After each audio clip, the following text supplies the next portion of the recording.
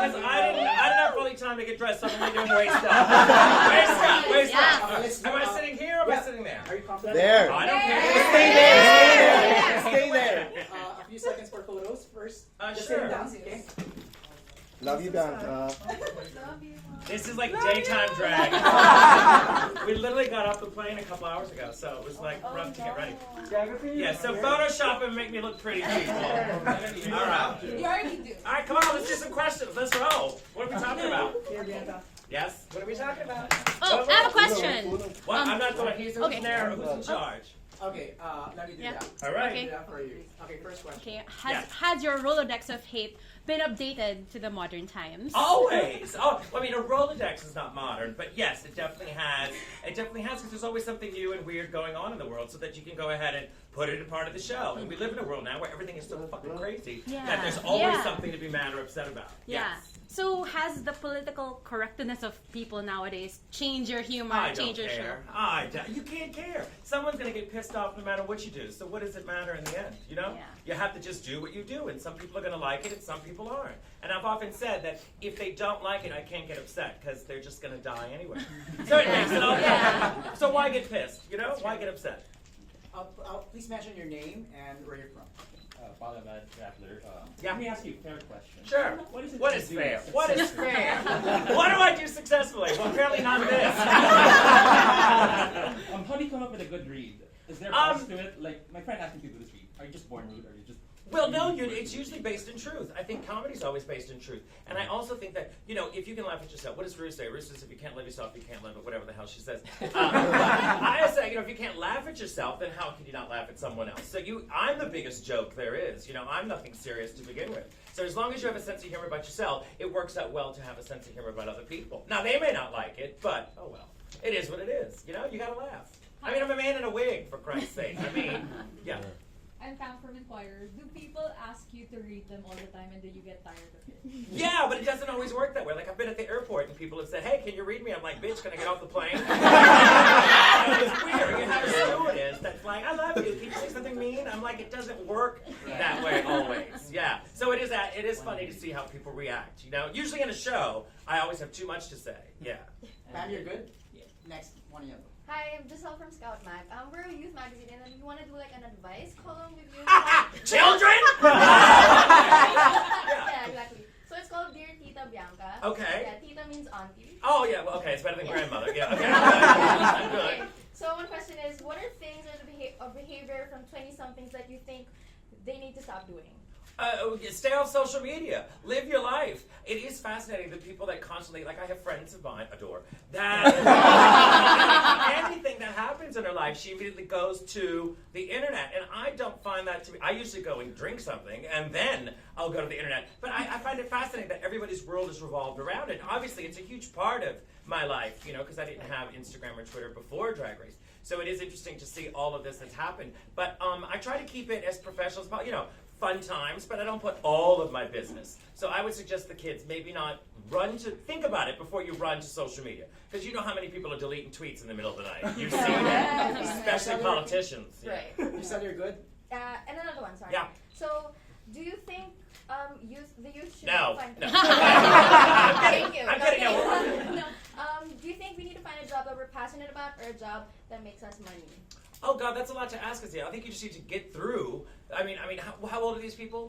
20-something? 20. Okay, you got to get through life. You know, get through high school, get through college, and then you can figure it out. But in the meantime, keep moving. I always say it's important to keep moving because I didn't plan to do this. I mean, obviously, this was not a choice. But it is something that through life, it eventually evolved into this. So it's kind of like say yes and yes, and if something comes along, then of course it changes your path. But I've never been the person to say, this is my goal, I'm going to make that happen. That's too much pressure for somebody. Right. You got to live a little bit, Yeah. you know, and if you don't fall down, then you don't realize how great it is when you're up, you know? But it always goes back and forth. Yeah. Trust me. Thank Trust you. me. Hi, Bianca. Hi. I'm PJ from Esquire. That's a great angle, thank you. You always say, I mean, you've constantly said that you're a man in a wig. And Yeah. What have you learned Well, about... today. Partially man in a way. Yeah. What have you learned about being a man? What have I learned about being a By man? dressing up as a woman. Oh, God. Well, that you get away with murder when you wear a dress. No, you should try it. No, well, for me, it's become, I mean, obviously everybody does drag for different reasons. And for me, it's strictly about the comedy of it or the act of it, you know? Like, that's why I'm saying something like this is always weird for me to do this when I'm dressed like this, because I'm always like, well, when I'm on stage, I'm used to it. But on a personal level, I'm me. I'm the same person, so to speak, but I think that they do cross because I have the same sense of humor. Now, I do have some friends that do drag, as I was saying, that do drag for different reasons, and they're a different act when they're in drag, or a different voice even. Yeah. And I don't do that. So I think that there's different compartments in it. Yeah. So I think I've kind of learned the more you're yourself, the more fun and accepting it is. I know that sounds crazy because I'm sitting in a wig, but it's just what it's just what I am and what I do. And you can't be on 24/7, so it's a lot of pressure to do that. Did you ever consider doing, your comedy outside of drag? Oh, I have. When they've lost my luggage, I had no choice. As we always say, what's a drag queen without their luggage? A man. So, yeah, I mean, things like that have happened. But I like, once again, as I was telling her, I don't rule anything out. I don't know what's to come, I'd say yes to everything. Okay. Yeah. Thank you. Yes, Maroon. Hi, God, it's hot in here. Yes. Hi, I'm Kim from Mega Magazine. Hi, Cam. You're considered as one of the most polished queens to ever walk in the workroom. Not today. But how has your drag evolved since winning your season? Well, it hasn't changed because I wear the same dress in every color. I think, well, once again, I think it's such a different concept now. I mean, I think the show itself has taken on its new life, and I think it's a completely different show than when I did it. And however many years ago? What was it? 5 years ago we filmed, I think. So it's a completely different world. Everybody's much younger. Everyone's in, designer drag. They're spending thousands of dollars on clothes. Well, we didn't have that opportunity or the time. I had 5 days before I had to do the show, so I didn't know. I didn't have access to create all of this madness within 5 days and pack and get there and do the show. So I think it's definitely evolved into a grander scale. I mean, now it's huge in America and globally, and now it's going to be in the UK, their own version with Rue, which I think is pretty amazing. So it's evolved, the show's evolved, and I think the contestants have as well. I mean, they're all in debt, but they've evolved. They've evolved. Yeah. Thank you. One more question. Sure. You wear very light makeup. Yes. And so how do you take care of your skin? Walk us through your beauty regimen. What are your top 3 beauty products that you can't live without? Well, no one's ever asked me about it. But obviously you have to use makeup remover, which I have my own makeup remover called Bianca Remover, which you can buy online. But also, a friend of mine told, I don't know if you have it here, but Johnson & Johnson baby shampoo is what I use to clean my face. A dermatologist told me it's the best thing. It doesn't burn your eyes. I mean, you're going, oh my God, if it washes off that bitch's face. But it removes all of the mascara and all the buildup that you have around your eyes. So that's one of my main things. And also moisturizer. You gotta have moisturizer because I'm old. You gotta have that. And for every glass of wine I drink, I get drier and drier. So I have to keep myself well moisturized. Yeah. We'll keep that in mind. Thank you. And last, one more thing. You said 2. Look at her. I see you. One last. You've done movies and then TV shows and this amazing tour and makeup lines and then removers and other products. What's next for Bianca? What else do you want to do? I don't know. I mean, maybe become a reporter, be as gay as you are.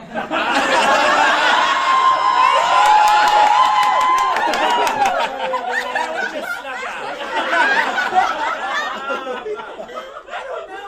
I don't know what's next. I mean, the good thing for me is as long as there's something to look forward to. So right now I'll be doing this particular show through December, which is great. And my friend Matt Kugelman and Derek Hartley have worked on the 3rd film already. So they've started writing that one. So I'm hoping to get to shoot that soon. But you never know. You never know what's around the corner. There's so much that could happen.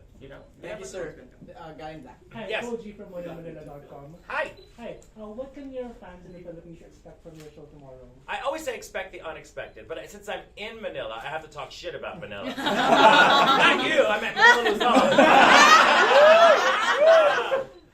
No, and it's so funny because we fight on Twitter, actually, Manila and I, not that you're asking, but just so you know, that we go back and there's a few queens that you can cackle with online, and she's one, because I've known her at least 15 years now.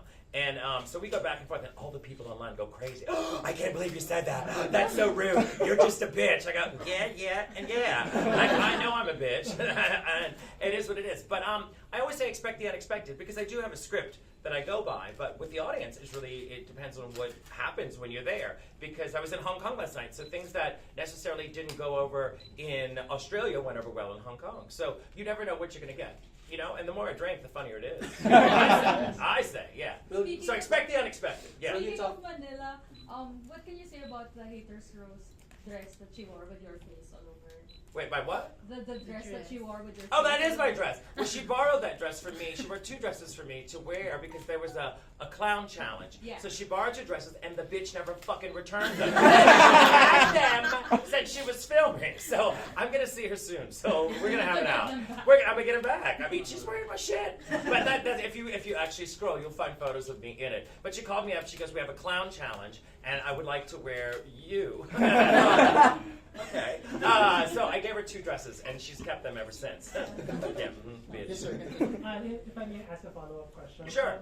Your material has been called controversial. Yeah. Are there topics that you're not willing to talk about? No, I think you can talk about anything. You don't have to like it, but I can talk about whatever I want. And I think, once again, going back to the social media stuff, I think that's the problem, is that you have these cultural cancel people that feel like, you can't say it, I can say whatever the fuck I want, little girl. You don't have to like it. And that's fine. Just like if you don't like it, I don't have to hear your opinion. I don't particularly like, Kim Kardashian or her family. I think it's ridiculous. So I don't entertain it. I don't go on her Twitter. I don't go, Kim, you're a piece of shit. Yeah. I don't care. So I leave it alone. But I think we live in a world now where everyone has to be a social media warrior, and they have to say, this is what I think, this is what needs to happen. I don't necessarily agree. It doesn't, you don't like it, don't watch it. It's very simple, And no matter what you do, someone's going to be offended by something. I mean, as I sit here in a wig, Christians are upset that I'm a man in a wig. You know what I mean? There's drag queens that hate me. What do I fucking care? Live your life. Because you really are missing out on life if you sit back worried about some other bitch looking like this. I'm no threat. Thank you, sir. Yes, Thank you ma'am. so much. Mix from philstar.com. So Yeah. this is your debut show here. What are you looking forward to do in the Philippines? And anything Manila or Jiggly told you to do here? Well, Jiggly, let me tell you that bitch. Jiggly is another one that I've known for a good 15 years. Oh, God, Jiggly.